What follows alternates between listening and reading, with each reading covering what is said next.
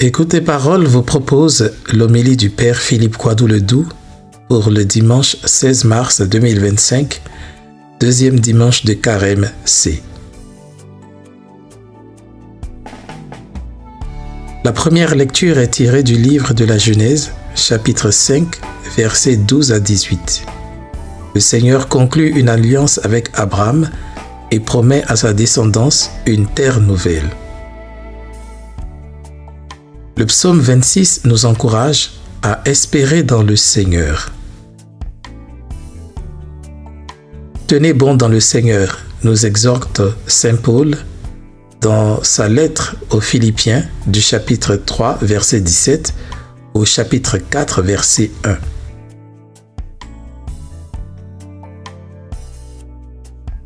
Dans l'évangile de Jésus-Christ selon Saint Luc, chapitre 9, versets 28 à 36, Jésus est transfiguré devant ses disciples et le Père invite ces derniers à écouter leur maître.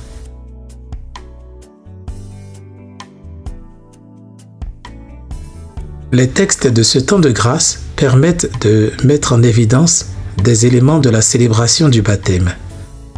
La semaine dernière, il était question de la renonciation à Satan et de la profession de foi.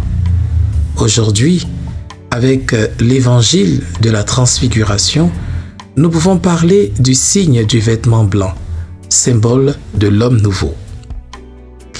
Quand Jésus va à la rencontre du Père sur la montagne, l'aspect de son visage devient autre et son vêtement d'une blancheur éblouissante. Ainsi est décrite la transfiguration selon l'évangile de Saint Luc. La transfiguration est le signe d'une union parfaite du Fils à la sainteté du Père. Dans le baptême, nous aussi, nous allons à la rencontre du Seigneur pour faire alliance avec lui et recevoir ses instructions pour la mission. Sa grâce nous transforme à tel point que nous devenons des êtres nouveaux et différents. Nous sommes revêtus du Christ lui-même qui nous transforme à l'image de Dieu son Père. Le baptême nous unit à la sainteté de Dieu lui-même. Le prêtre dit souvent aux nouveaux baptisés en reprenant la lettre aux Galates: « Vous tous qui avez été baptisés, vous avez revêtu le Christ. » Le vêtement blanc du baptême nous rappelle que nous avons été transformés et purifiés entièrement par ce sacrement. Ainsi, on peut dire que le baptême est le sacrement qui nous purifie, nous lave de tous nos péchés et fait de nous des êtres nouveaux. Et si le baptisé est transfiguré, cela n'est pas de son fait. Le psaume 26 que l'on récite très souvent aux célébrations de baptême révèle que tous les baptisés sont les reflets de la lumière de Dieu.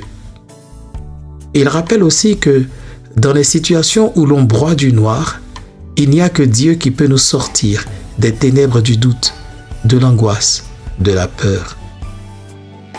Tant que nous marchons dans la lumière de Dieu, c'est-à-dire selon sa volonté, nous n'avons rien à craindre, ni personne. Mais comment marcher dans la lumière de Dieu? Par la foi. Avoir la foi, c'est faire confiance en Dieu et en son Fils Jésus. Abraham eut foi dans le Seigneur et le Seigneur estima qu'il était juste. Abraham a accepté ce saut dans l'inconnu avec Dieu sans savoir où il allait. Il était déjà vieux et ce n'est pas à cet âge-là qu'on devient explorateur. Nous savons qu'au bout du cheminement avec le Christ se trouve la résurrection et la vie éternelle. Nous partagerons sa gloire et verrons ses bontés sur la terre nouvelle. Ne perdons donc pas confiance quand Jésus nous demande d'affronter avec courage nos croix, nos blessures, nos humiliations, nos douleurs, nos souffrances, en restant attachés à lui. Car ce chemin de croix est le chemin de la gloire. Les sécurités humaines, quelle que soit la longueur de la vie, se perdent finalement dans le néant de la mort. Ne soyons donc pas seulement à la recherche du bonheur terrestre qui, somme toute, est légitime.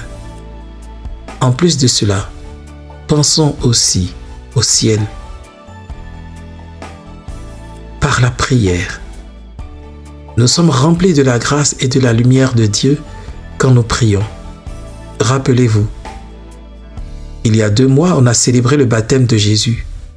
On a vu que c'est lorsque Jésus s'est mis en prière, après avoir reçu le baptême, que l'Esprit est descendu sur lui comme une colombe et que la voix du Père s'est fait entendre. Aujourd'hui encore, le texte dit que c'est pendant qu'il prie que Jésus est transfiguré. Dans la prière, nous touchons le cœur de Dieu et lui nous transforme petit à petit. On ne le voit pas, on ne le sent peut-être pas, mais c'est une réalité indubitable. Bien sûr, on a tous connu cette paresse, ces coups de barre, cette fatigue. On a tous décroché un moment ou l'autre pendant que le prêtre donnait son homélie ou un autre enseignement. Ce n'est pas toujours qu'on achève sa prière de chapelet. Dans les communautés, le silence de l'oraison est parfois troublé par le vrombrissement, non pas d'un moteur, mais d'un ronflement très sonore. Il n'y a pas à désespérer à cause de cela. De toutes les façons, Dieu comble son bien-aimé quand il dort. Les apôtres étaient accablés de sommeil, mais ils sont restés éveillés en regardant Jésus. C'est cela le plus important, avoir le cœur tourné vers Jésus, le regard fixé sur lui au réveil, avant de prendre la route, de commencer le travail, de manger et de dormir. Juste une petite prière suffit. Par le dialogue avec la parole de Dieu.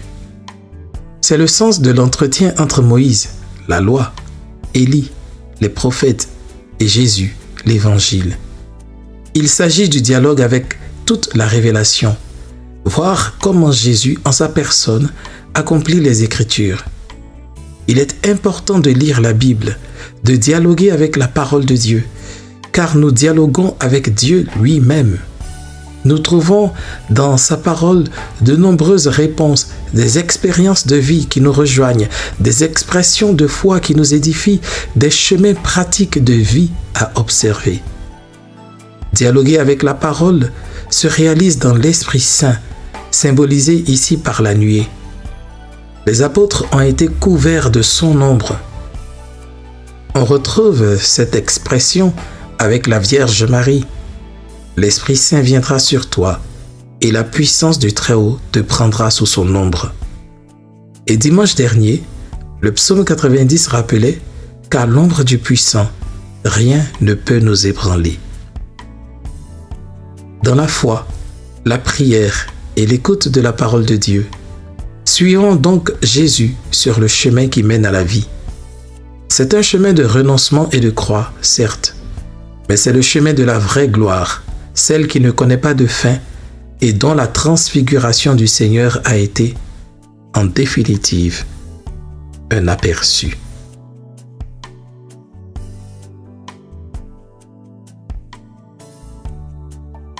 Disons cette prière inspirée des textes des liturgies orientales. Tu t'es transfiguré sur la montagne, ô Christ notre Dieu, laissant tes disciples contempler ta gloire autant qu'ils le pouvaient. Fais briller aussi sur les pauvres pécheurs que nous sommes ton éternelle clarté. Nous te le demandons par les prières de ta très sainte Mère et notre Mère. Amen.